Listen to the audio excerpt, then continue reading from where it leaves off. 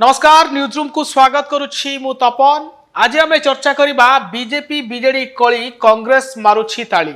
आपण देखुचंती स्क्रीन रे अछंती प्रधानमंत्री नरेंद्र मोदी, मझिरे अछंती कांग्रेस रो वरिष्ठ नेता जयराम रमेश एवं एपटे अछंती मुख्यमंत्री नवीन पट्टनायक। आपण जानिछंती गतकाली प्रधानमंत्री मोदी माराथन रैली करथिले ओडिशा रो विभिन्न निर्वाचन मंडली रे, जोथरे बरगढ़ थिला, बलांगीर थिला एवं सुंदरगढ़ मध्य थिला। सेपटे बीजेडी पक्षरु मध्य भिके पांडियान विभिन्न सभारे जोग देइथिले एवं माराथन प्रचार करथिले।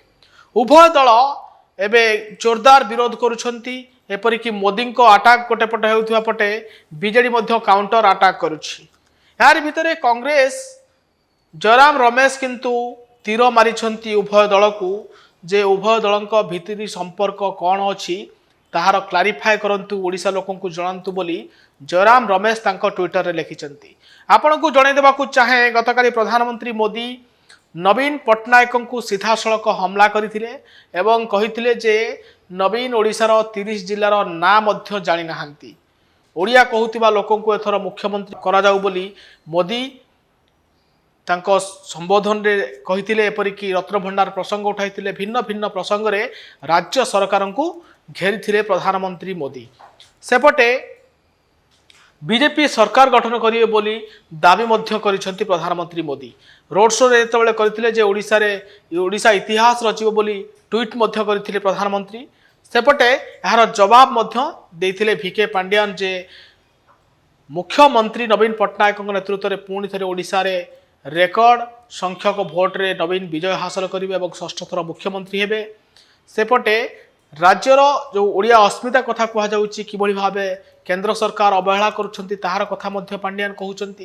यार भितरे जयराम रमेश कांग्रेस रो वरिष्ठ नेता तांको ट्विटर रे लिखिचंती जे बीजेपी बीजेडी गत 10 वर्ष हेबो उभयंक संपर्क बहुत निबिड़ अछि। से दी तीनटा उदाहरण देइचंती जयराम रमेश। से कहिचंती जे 10 वर्ष भितरे केंद्र सरकार जो जो बिल सब आसी एपरिक विवादीय बिल को मध्य बीजेडी आकुंठ समर्थन दे आसी। जेतेबेले प्रधानमंत्री विरोध में अनास्था प्रस्ताव आसाला सेतेबेले मध्य बीजेडी समर्थन देथिबा कथा मध्य कहिथिले जयराम रमेश। आपण को जणाई देबा को चाहे जे अश्विनी वैष्णव प्रसंग मध्य उठाइथिला कांग्रेस। जो अश्विनी वैष्णव को किभଳି भाबरे दुई थर राज्यसभा पठाइबारे बीजेडी रो गुरुत्वपूर्ण भूमिका रही एवं रेल मंत्री अश्विनी वैष्णव एवं अछंती। जे अश्विनी वैष्णव जेतेबेले बाहानगा रेल दुर्घटना है जेतेबेले कांग्रेस विक्षोभ करुला अश्विनी वैष्णव रेजिग्नेशन मागुला बीजेडी चुप रही कथा मध्य कहिचंती जयराम रमेश। से कहिचंती जे ओडिशा रे बीजेपी बीजेडी मतरे भितरिया संपर्क रही भिन्न भिन्न प्रसंग को नहीं, किंतु निर्वाचन आसिले दुई दल परस्पर विरोधाभास करुछंती केवल लोकंक आईवास करिवा पाई। जेतबेले निर्वाचन आसुची उभय दल परस्पर को गाली देउछंती बा समालोचना आलोचना करुछंती, किंतु निर्वाचन सरिले एमानक भितरे मेंटो होई पारे बोली मध्य जयराम रमेश कहउछंती। जयराम रमेश लिखिचंती जे निर्वाचन पूर्वरु मेंटो नहीं उभयंक मध्य चर्चा होउथिला, डील चलीथिला, किंतु मेंटो निर्वाचन पर हेबो बोली जयराम रमेश मध्य इशारा इशारा रे कहिचंती।